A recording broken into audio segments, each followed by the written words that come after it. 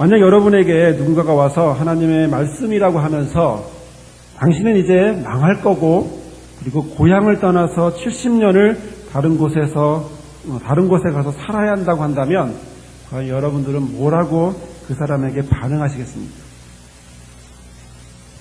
자, 그런데 또 이번에는 다른 사람이 와서 역시 하나님의 말씀이다 라고 말하면서 70년은 무슨 70년, 2년이면 돌아올 수 있어 라고 말했다면 여러분들은 그 말에 또한 어떻게 반응하시겠습니까? 한쪽은 70년이라고 외치고 있고 한쪽은 2년이라고 말하고 있다면 여러분들은 굉장히 혼란스러울 것입니다. 자, 오늘 우리가 읽은 성경 말씀에는 그 70년의 예언이 나옵니다. 예루살렘에서 포로로 잡혀간 사람들에게는 예레미야는 편지를 통해서 예언하기를 오늘 10절의 말씀 너희는 거기서 집을 짓고 결혼도 하고 번성케 하라고 4절에 6절부터 이어서 4절부터 쭉 말씀을 하고 있습니다. 너희는 포로로 잡혀간 바벨론 나라가 평안하기를 또 기도하라고까지도 말하고 있습니다. 그러면서 10절의 말씀에는 거짓 예언에 미혹되지 말고 70년이 차면 그때 돌아오게 될 것이다 라고 예레미야는 말씀하고 있습니다. 사랑하는 성도 여러분, 이 예언을 들은 이스라엘의 마음은 과연 어땠을까요? 1년도 2년도 아니고 70년이라고 하는 긴 세월을 타향해서 살아야만 한다고 하니 아마 그들은 이 말을 듣는 순간 가슴이 철렁 내려앉을지도 모르겠습니다. 이 말을 들으면서 그들은 과연 하나님의 말씀이라고 받아들여야 할지 하나님의 말씀이라고 받지 말아야 할지 아마 고민이었을지도 모르겠습니다. 자, 그러나 이 예언의 말씀은 단 한 번 예레미야가 말하는 것이 아니라 바로 예레미야가 40년 동안 사역을 하면서 예언자로서 40년 동안 외치면서 그가 줄곧 외쳤던 말씀입니다. 선지자 예레미야는 요시야 왕 13년 때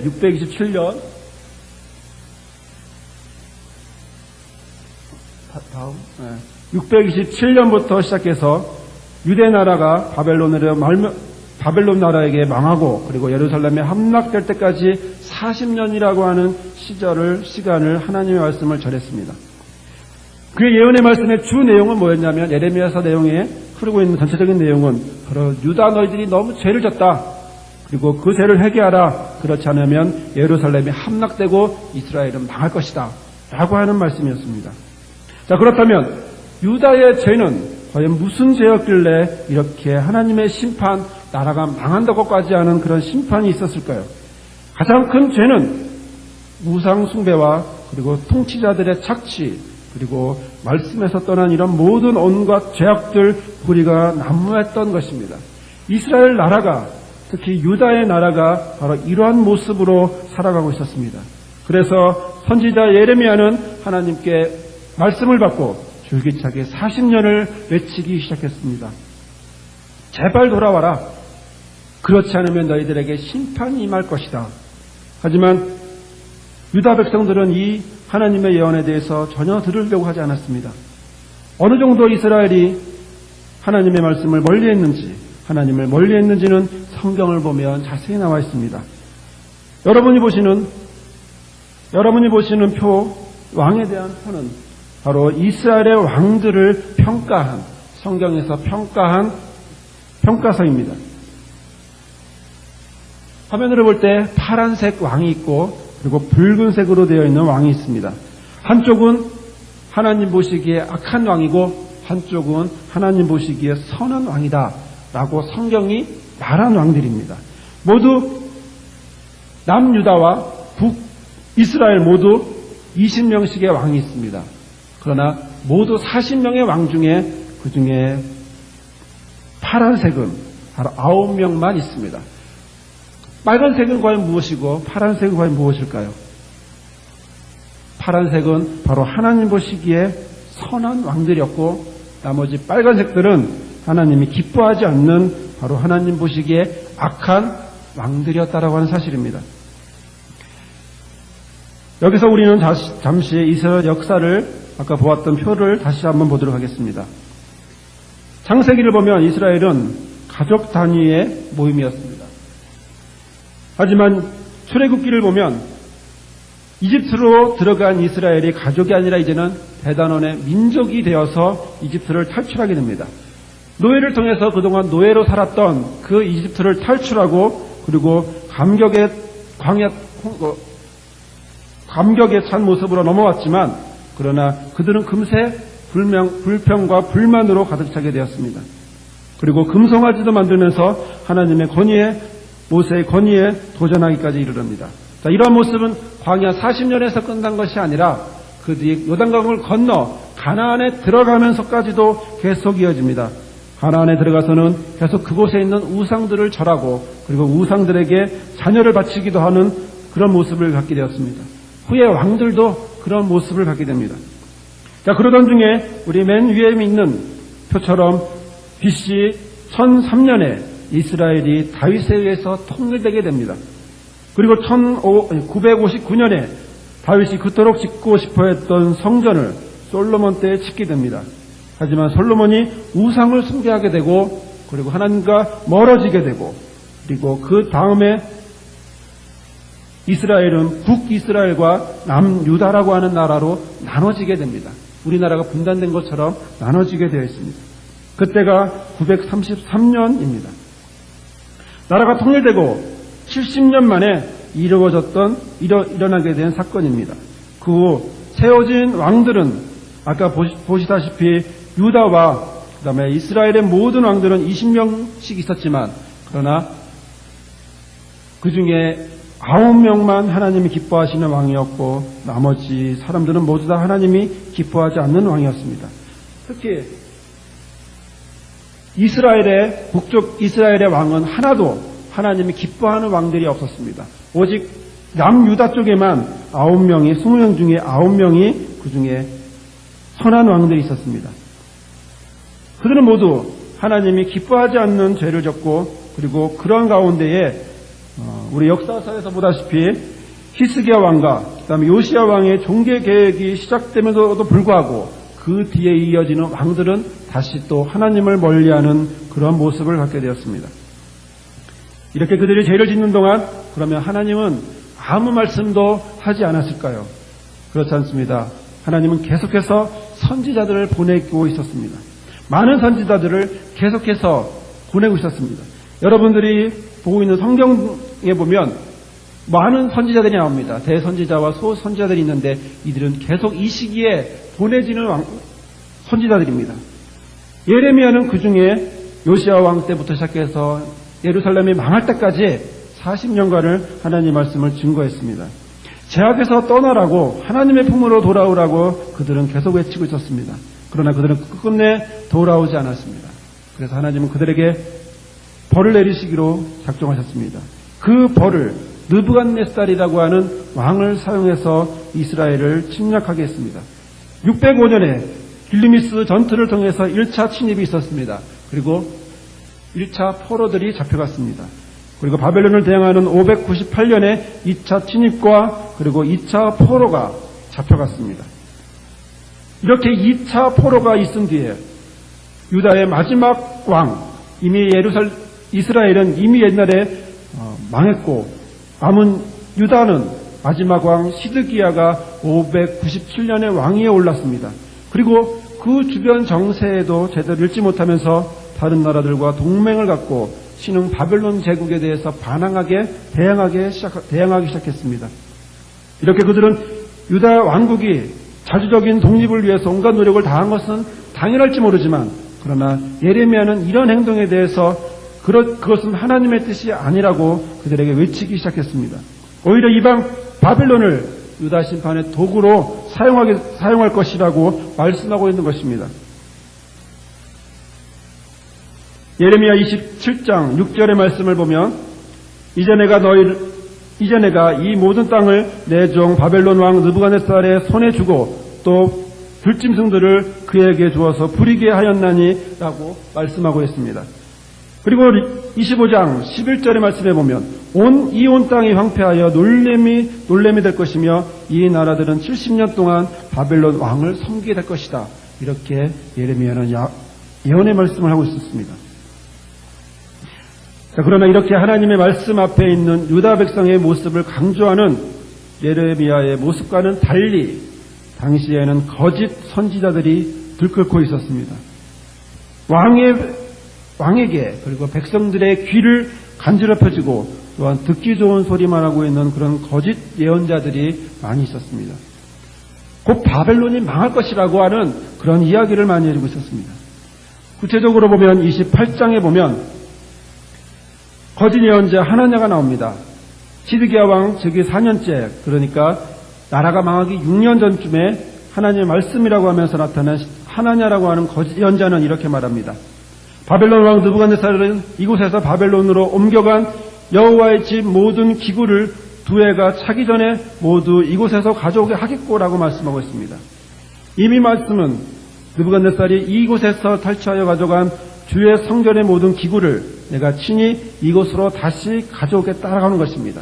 그리고 모든 포로들도 다시 돌아올 수 있게 하겠다고 말하고 있습니다. 그것도 2년 안에 이러한 모든 것들이 이루어질 것이라고 말씀하고 있는 것입니다. 게다가 그 하나냐라고 하는 거짓 선지자는 예레미야의 예언 활동까지도 방해하고 있습니다. 당시 예레미야의 목에는 멍에가 있었습니다. 당시 이스라엘의 예언자의 모습은 어떤 말로만 예언하는 것이 아니라 행동으로 보여집니다. 그래서 멍에를 메고 그리고 온 동네를 걸어다니고 있는 예레미야의 예언 활동에 대해서 그 예레미야에게 가서 그 멍에를 빼고 그 멍에를 꺾고 그리고 2년 안에 느부갓네살 왕에게 이런 멍에가 느부갓네살의 멍에가 이처럼 꺾어버리겠다라고까지 하며 방해를 하게 되었습니다. 이런 상반된 예언이 통하는 그 시대, 한쪽은 70년의 포로로 갈 것이다, 한쪽은 2년 뒤면 다 모든 것이 끝난다 라고 말하는 이 두 가지의 상반된 모습, 과연 사람들은 이 두 가지 예언을 두고 어디에 귀가 더 솔깃했을까요?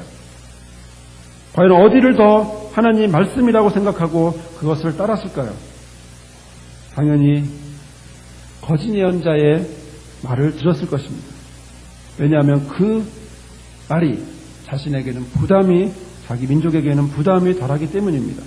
하지만 예레미야는 그 거짓 예언자에 대해서 28장 16절에 이렇게 말하고 있습니다. 내가 여호와께서 패역한 말을 하였으니 금년에 죽으리라. 그리고 그 하나냐라고 하는 거짓 예언자는 그의 7월에 죽게 되었습니다. 이제 우리는 본문으로 돌아가도록 하겠습니다. 본문은 1차, 2차 때 포로로 잡혀간 사람들에게 예레미야가 편지로 하나님 말씀을 대언한 말씀입니다. 4절부터 말씀을 보면 이렇습니다. 만군의 여호와 이스라엘 하나님, 만군의 여호와 이스라엘 하나님, 내가 예루살렘에서 바벨론으로 사로잡혀가게 한 모든 포로에게 이같이 이르노라. 너희는 집을 짓고 거기 거하며 전원을 만들고 그 열매를 먹으라. 아내를 취하여 자녀를 생산하며 너희 아들들로 아내를 취하며 너희 딸들로 남편을 맞아 그들로 자녀를 생산케 하여 너희로 거기서 번성하고 세잔하지 않게 하라. 너희는 내가 사로잡혀 가게 한 그 성읍의 평안하기를 힘쓰고 위하여 여호와께 기도하라. 이는 그 성이 평안함으로 너희도 평안할 것임이니라 라고 말씀하고 있습니다. 이 말씀에 과연 뭐라고 말씀하고 있습니까? 집도 짓고 농사도 짓고 그리고 결혼도 해서 자손도 낳으라고 말하고 있는 것입니다. 그곳에 가서 번성하라고 말씀하고 있는 것입니다. 게다가 이 나라를 위해서 평안하기까지 기도하라고 이야기하고 있습니다. 그래야 너희도 평안하게 될 것이라고 말씀하고 있는 것입니다. 마치 이 말씀은 우리나라가 마치 일제시대 때 징병으로 끌려간 사람들에게 일본을 위해서 기도하라라고 하는 그런 인상을 주고 있습니다. 자, 그러면 예레미야는 이어서 대언합니다. 8절에서 10절까지 말씀을 보면 만군의 여호와 이스라엘의 하나님이 이같이 말하노라.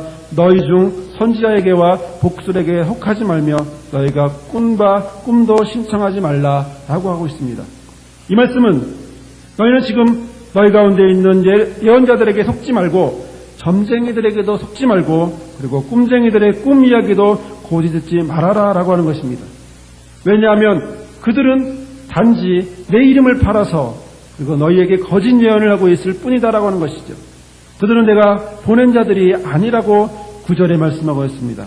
그러면 이어서 하나님의 말씀은 이렇게 되어 있습니다.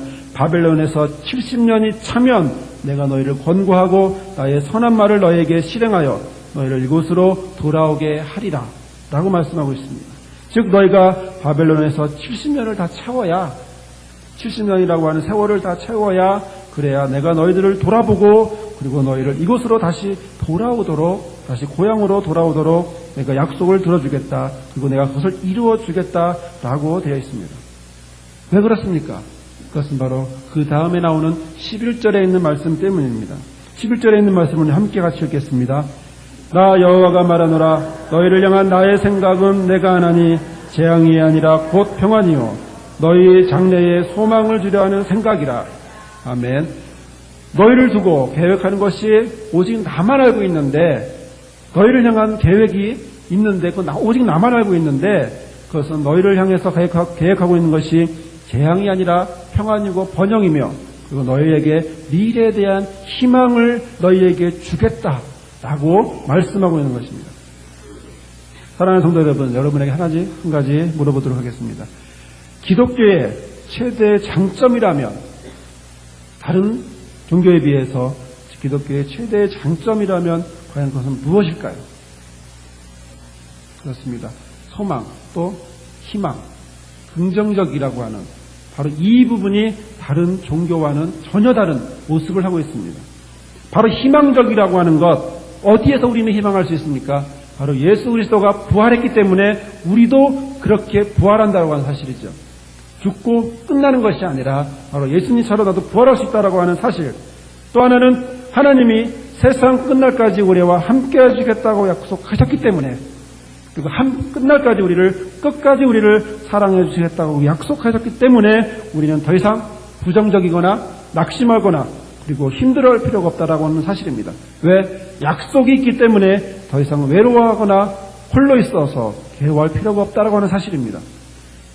자, 그러면 원래 우리가 이렇게 희망적이었습니까? 원래 우리가 이렇게 긍정적인 사람들입니까? 사실 우리는 전혀 그런 존재가 되지 않습니다. 처음부터 인간은 하나님에 의해 창조되었고 하나님 없이는 살 수 없는 존재였습니다. 그러나 하나님이 만든 아담이 하나님처럼 되고 싶은 생각에 말씀을 어기게 되고 선악을 알게 하는 다음에 실과를 먹게 되고 그리고 그로부터 하나님과 멀어짐으로 그 모든 자녀들은 바로 우리 모두는 바로 죄인의 모습으로 태어나게 되었습니다. 그래서 성경은 우리를 본질상 진노의 자녀라고 말씀하고 있는 것입니다. 자, 그렇다면 어떻게 해서 우리가 희망적이지 않은데 죄인인데 부정적인 존재인데 어떻게 희망적이고 긍정적인 존재로 바뀔 수 있을까요?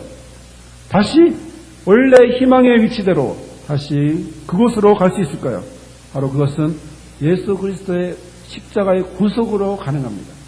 예수 그리스도를 통해서 우리는 더 이상 과거에 부정적이거나 낙심하는 모습이 아니라 예수 그리스도를 통해서 하나님 품으로 들어가기 때문에 우리는 희망적인 존재가 되고 그리고 하나님 안에 있기 때문에 우리는 긍정적인 존재로 바뀔 수 있게 되는 것입니다.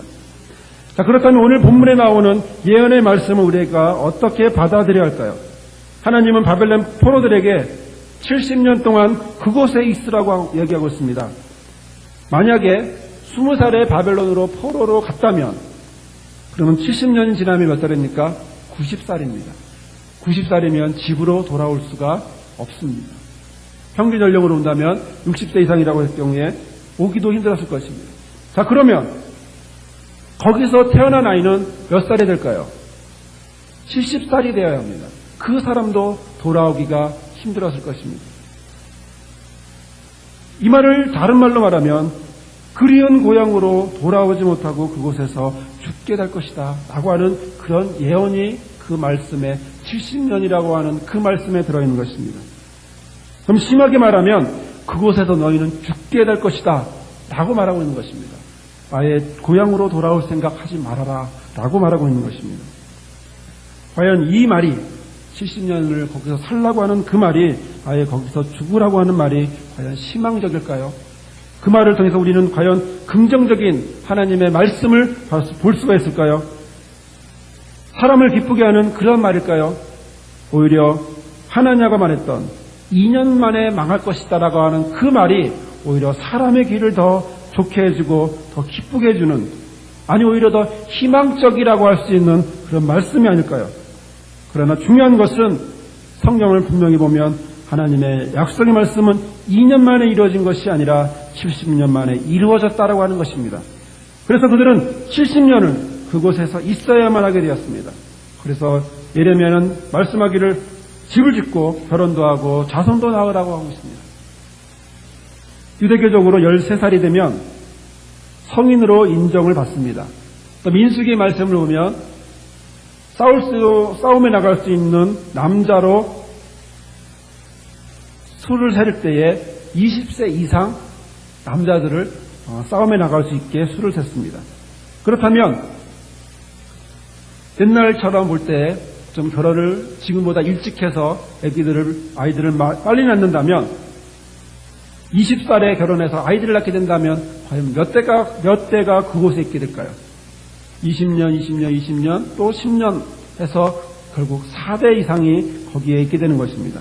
예언대로 말하면 소위 말하는 이민 1세대가 가서 포로 1세대는 가서 돌아오지 못하고 2세대는 거기서 낳고 태어나서 죽고 다시 3세대는 거기서 또 죽고 그리고 4세대쯤 돼서야 그때야 다시 고향으로 조상들이 말해주었던 그 땅으로 돌아올 수 있을 거라는 것입니다. 2대와 3대는 전혀 그리운 고향이라고 하는 조상의 땅에 대해서 어떻게 생겼는지도 알 수 없는 그런 모양입니다. 자, 그러나 오늘 본문은 바로 이들에게 희망을 주고 있습니다. 적게는 1세대로부터 많게는 4세대의 모든 자손들에게 모든 유대인들에게 희망을 주고 있는 것입니다. 다시 한번 11절의 말씀을 보겠습니다. 나 여호와가 말하노라 너희를 향한 나의 생각을 내가 아나니 재앙이 아니라 곧 평안이요 너희의 장래에 소망을 주려 하는 생각이라. 우리는 성경을 말씀을 정확히 보아야 합니다. 하나님은 너희 생각이라고 하지 않습니다. 나의 생각, 그것도 너희를 향한 나의 생각이라고 말하고 있습니다.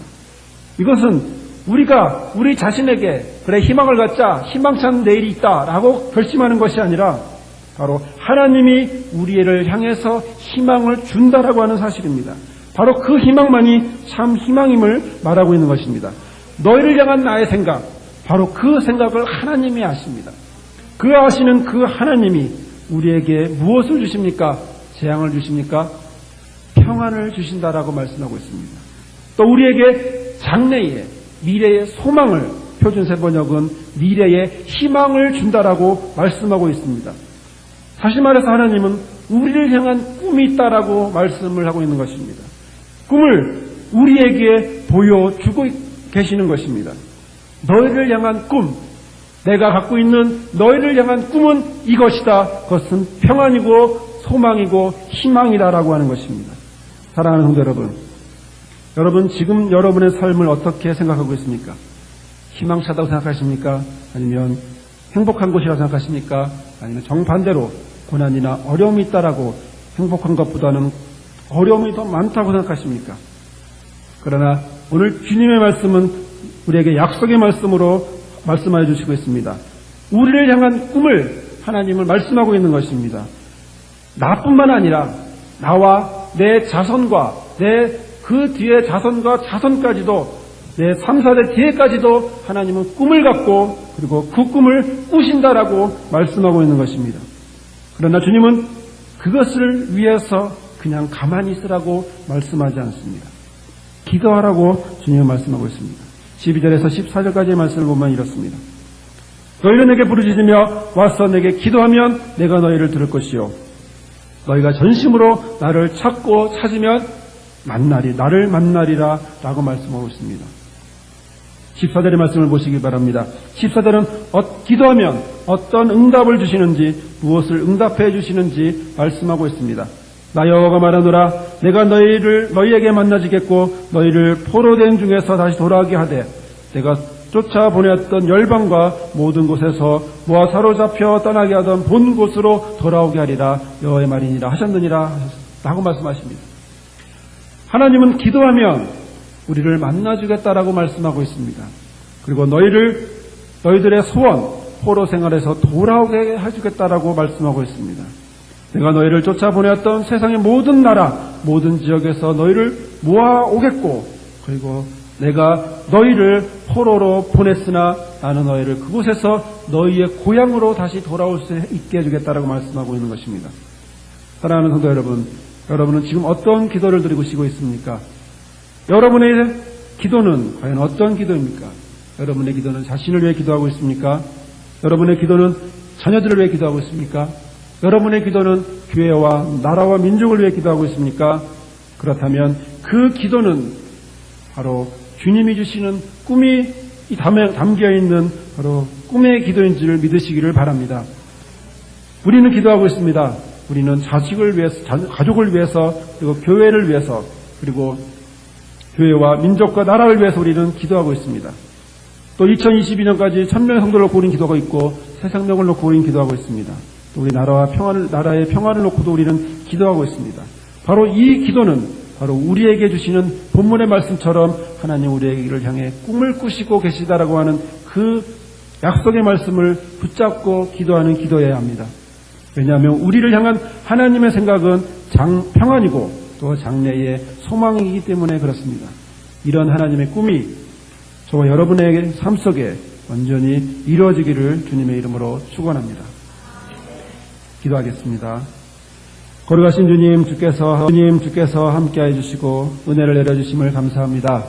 오직 우리를 향한 꿈, 오직 하나님이 우리를 향한 꿈을 이 시간 말씀을 통해 보았으니 아버지 하나님, 우리가 현재 나의 모습만을 바라보는 것이 아니라 나의 후손과 그 후손까지도 하나님께서 계획 중에 있다라는 사실을 보았으니 아버지 하나님, 우리의 기도를 아버지 순간에 멈추지 아니하고 영원토록 주님과 함께하며 또한 앞으로 주님께서 허락하실 많은 자손들에게까지도 하나님이 함께하여 주시옵소서. 우리를 향한 꿈, 우리에게 하나님은 평안을 주시며 또한 우리에겐 소망을 주시겠다고 말씀하셨으니 우리 모두에게 은혜를 내려주시고 또한 우리 교회와 민족과 나라에도 하나님이여 이러한 역사를 허락하여 주옵소서. 모든 말씀 예수님의 이름으로 기도드립니다. 아멘.